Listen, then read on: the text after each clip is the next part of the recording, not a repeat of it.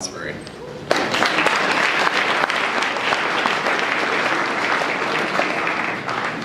Good morning. Morning. I'm here today to tell you a story. I won't bother you with some trite moral, because I really don't know for sure what the story's moral actually is. This is the story of what happened at the end of January, the end of the period of innocence in my life where I thought deep pain, loss, tragedy, and death were things that were peripheral to me, the end of my younger brother Philip's life. I came home on January 29th, same as any other school day. I dropped off my book bag by my desk and started talking with Philip, who had also gotten home from school. We talked about several things, but what I remember is this long discussion where I tried to explain the 5 major religions in the Game of Thrones universe to him. The ethical ambiguity of some of these religions perplexed Philip. How could the followers of Ruthlor believe in the goodness of light and life and practice human sacrifice at the same time? As we often did, we bantered enthusiastically about it for a while.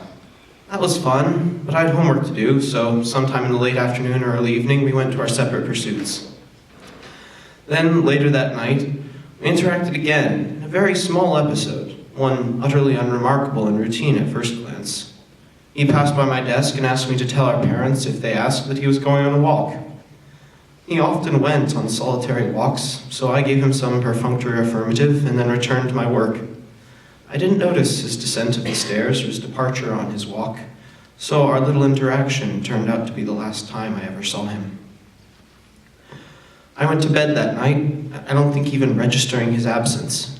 In the morning, I woke up late and then rushed to prepare for school, assuming, if I thought of it at all, that he just left for his school before I'd arrived downstairs. Thursday seemed yet another normal day, until a few minutes after I got home, and my mom and dad called my sister and me together for some sort of family meeting. When I heard the news about Philip then, I was stunned, in shock. I vaguely remember blurting out something about wanting to blow up part of the backyard, just as something to say or do. Sort of wandered around the house, talking to myself and my family, until I had to leave for the first players meeting.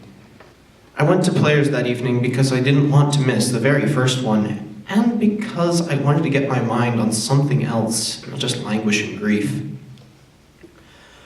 If I can't pin down a moral in this story, I can at least identify the primary emotion: bewilderment.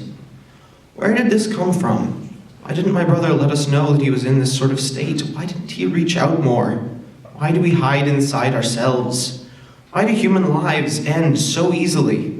Why is this universe ultimately governed by entropy above all, the tendency of all things to break, to eventually descend into chaos?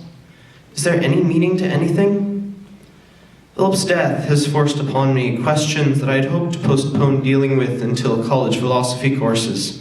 But I must confess that I do not know if I have answers, or know if there necessarily are any. I used to have answers, stemming from my Christian worldview, but for reasons that could take up a whole other speech, I haven't had those things for going on a year now, so I acknowledge for the moment that I don't really understand such mysteries.